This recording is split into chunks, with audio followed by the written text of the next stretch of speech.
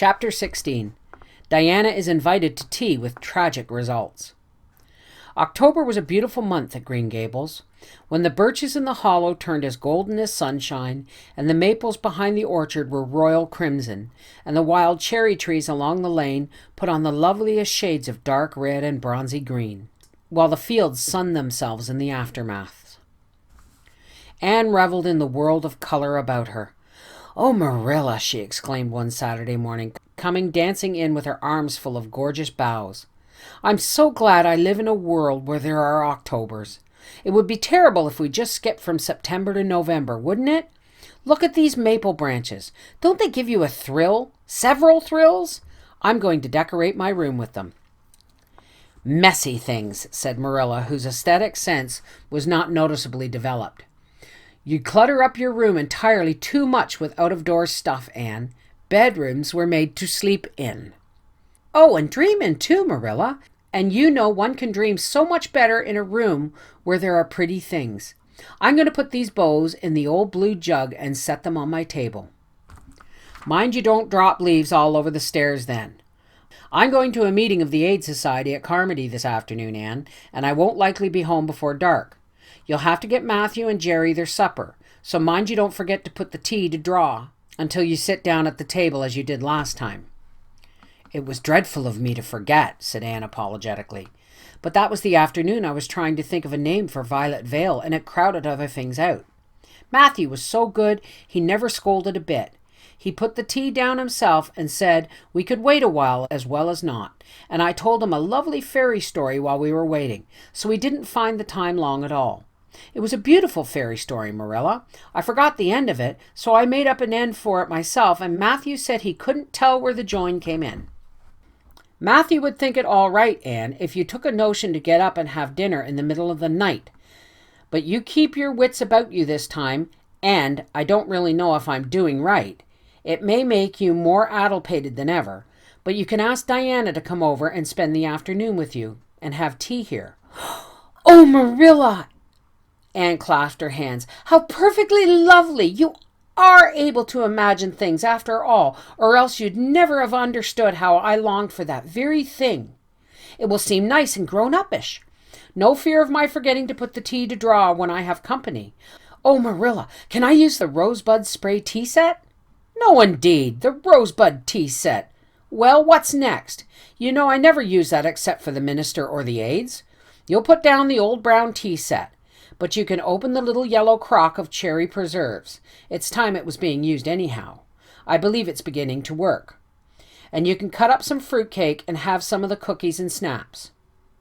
"I can just imagine myself sitting down at the head of the table and pouring out the tea," said Anne, shutting her eyes ecstatically, "and asking Diana if she takes sugar. I know she doesn't, but of course I'll ask her just as if I didn't know, and then pressing her to take another piece of fruitcake and another helping of preserves. Oh, Marilla, it's a wonderful sensation just to think of it. Can I take her into the spare room and lay off her hat when she comes, and then into the parlor to sit?" "No, the sitting room will do for you and your company, but there's a bottle half full of raspberry cordial that was left over from the church social the other night. It's on the second shelf of the sitting room closet, and you and Diana can have it if you like, and a cookie to eat with it along in the afternoon. For I dare say Matthew will be late coming into tea since he's hauling potatoes to the vessel."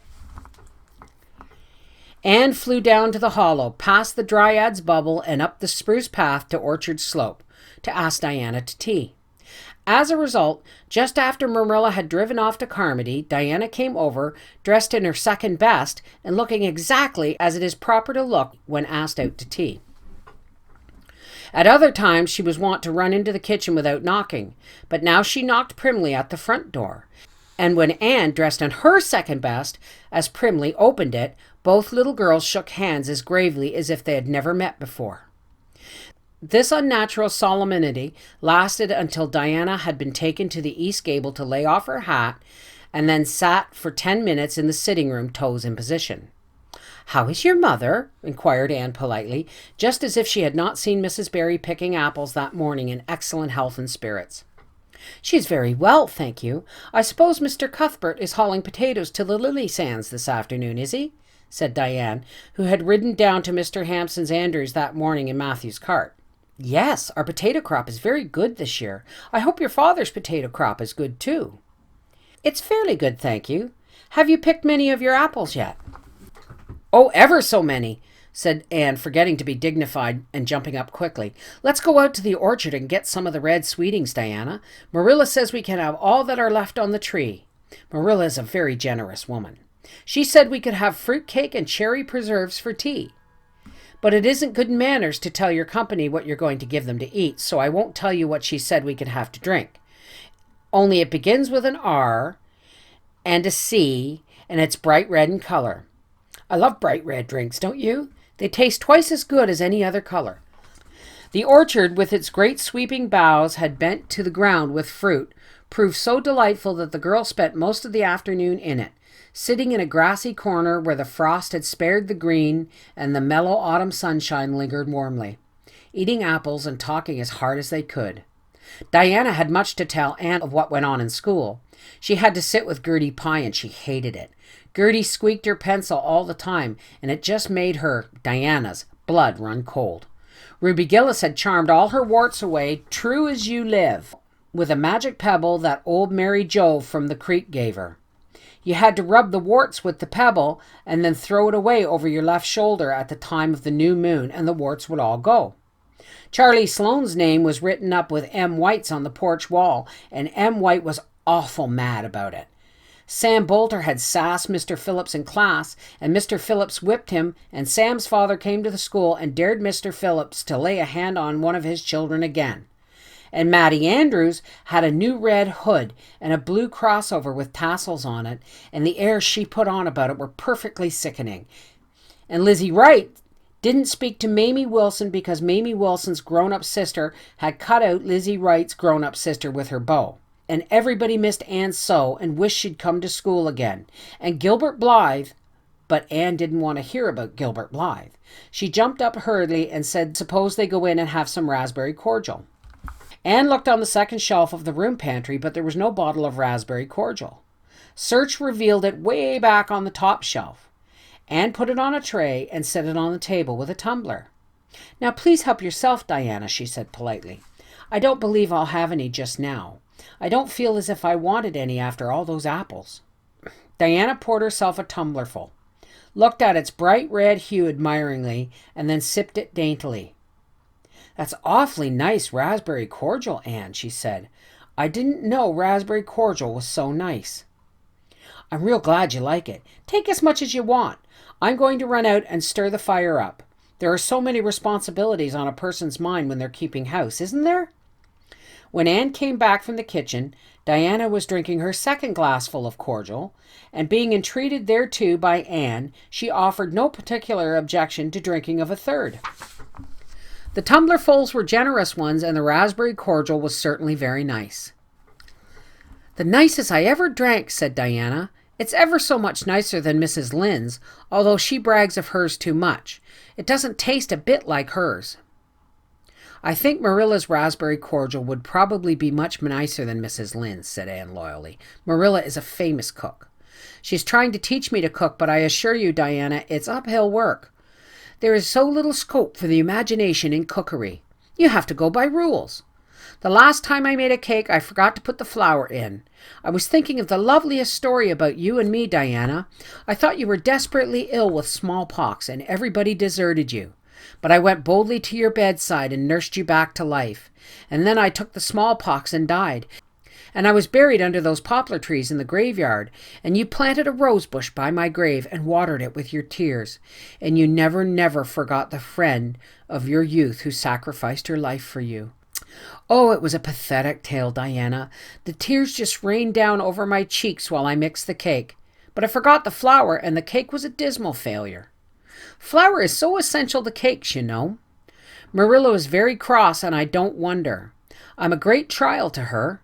She was terribly mortified about the pudding sauce last week. We had a plum pudding for dinner on Tuesday, and there was half the pudding and a pitcher full of sauce left over. Marilla said there was enough for another dinner and told me to set it on the pantry shelf and cover it. I meant to cover it just as much as could be, Diana, but when I carried it in, I was imagining I was a nun. Of course, I'm a Protestant, but I imagined I was a Catholic, taking the veil to bury a broken heart in cloistered seclusion.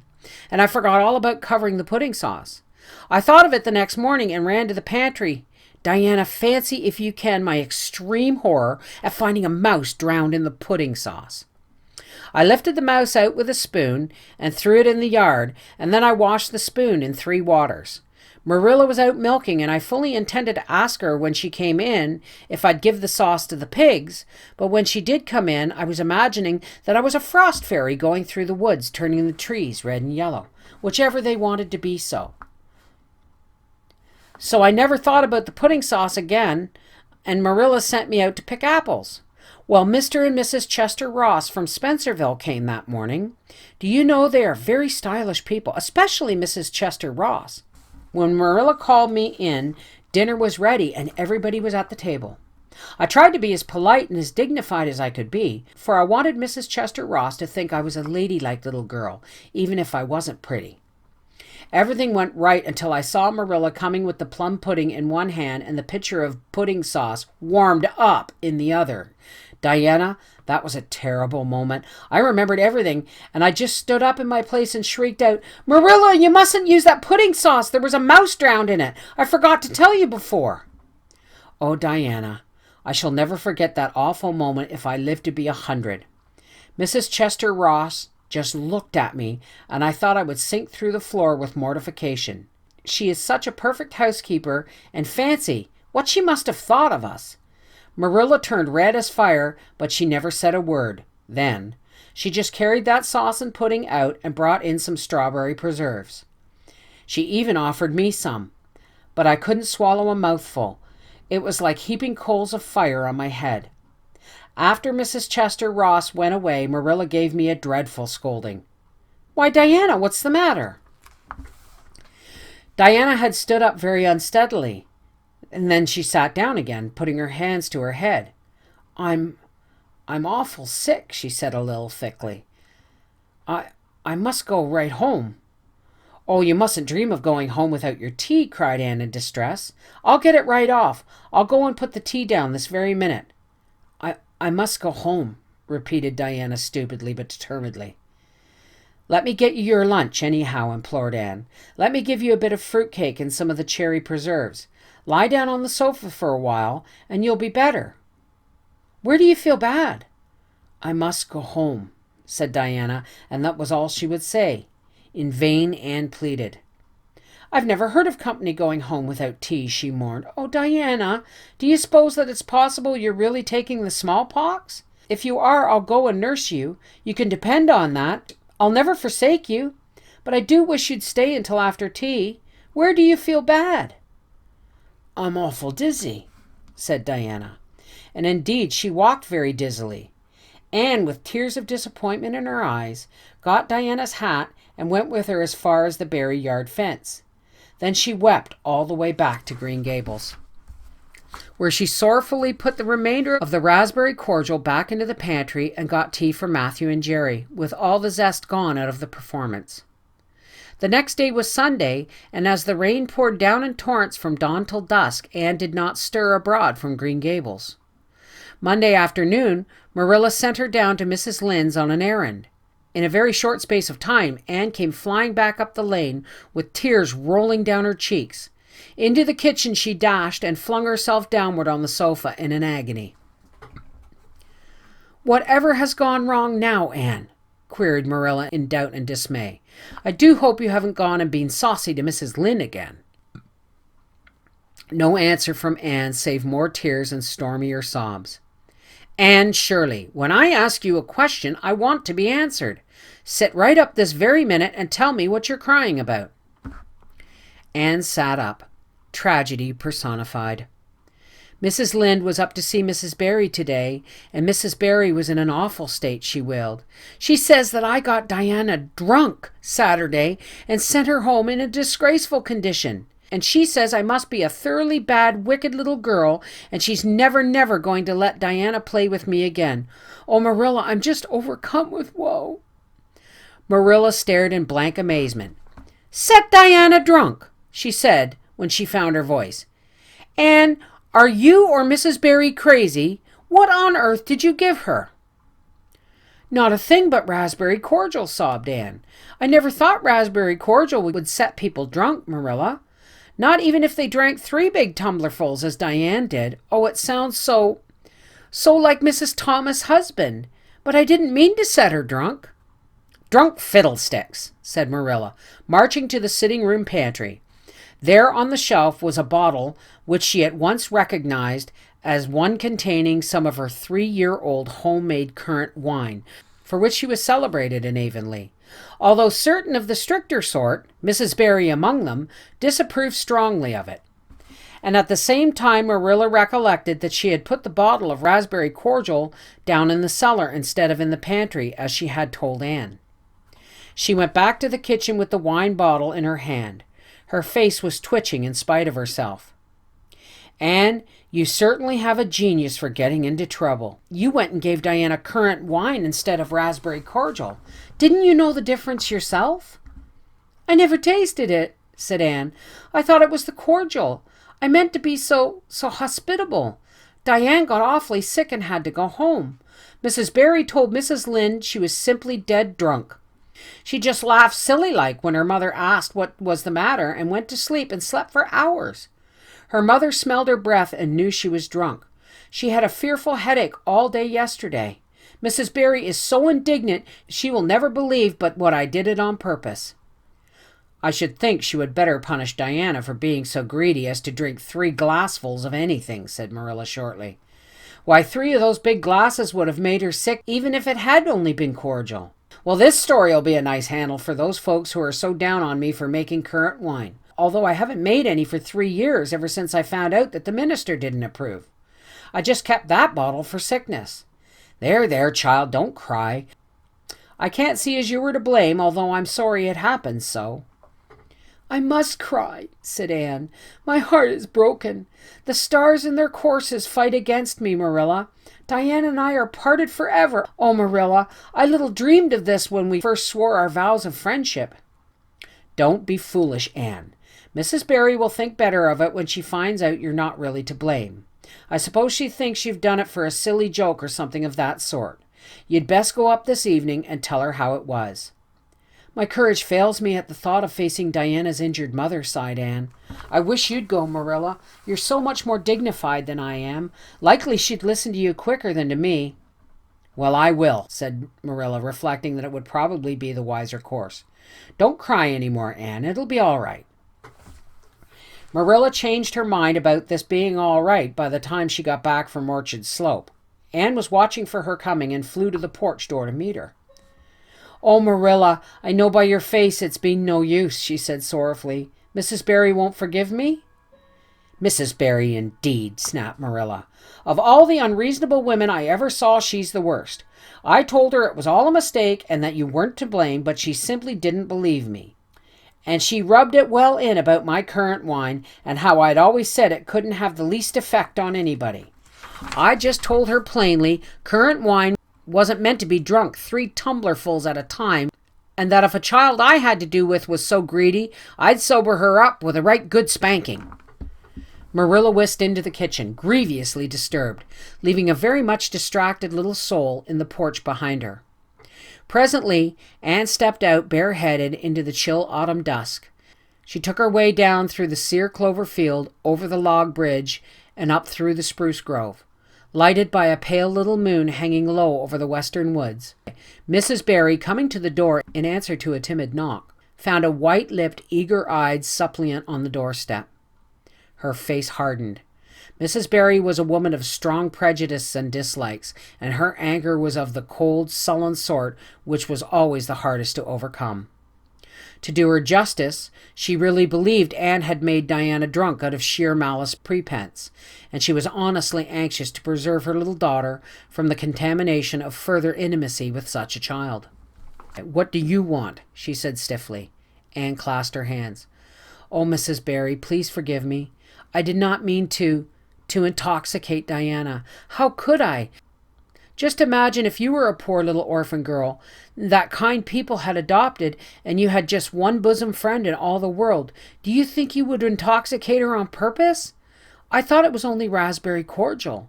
I was firmly convinced it was raspberry cordial. Oh, please don't say you won't let Diana play with me any more. If you do, it will cover my life with a dark cloud of woe." This speech, which would have softened Mrs. Goodlynn's heart in a twinkling, had no effect on Mrs. Barry except to irritate her still more. She was suspicious of Anne's big words and dramatic gestures, and imagined that the child was making fun of her. "I don't think you're a fit little girl for Diana to associate with. You'd better go home and behave yourself." Anne's lip quivered. "Won't you let me see Diana just once to say farewell?" she implored. "Diana has gone over to Carmody with her father," said Mrs. Barry, going in and shutting the door. Anne went back to Green Gables, calm with despair. "My last hope is gone," she told Marilla. "I went up and saw Mrs. Barry myself, and she treated me very insultingly. Marilla, I do not think she is a well-bred woman. There is nothing more to do except pray, and I haven't much hope that that'll do much good because, Marilla, I do not believe that God himself can do very much with such an obstinate person as Mrs. Barry." "Anne, you shouldn't say such things," rebuked Marilla, striving to overcome that unholy tendency to laughter which she was dismayed to find growing upon her. And indeed, when she told the whole story to Matthew that night, she did laugh heartily over Anne's tribulations. But when she slipped into the east gable before going to bed and found that Anne had cried herself to sleep, an unaccustomed softness crept into her face. "Poor little soul," she murmured, lifting a loose curl of hair from the child's tear-stained face. Then she bent down and kissed the flushed cheek on the pillow.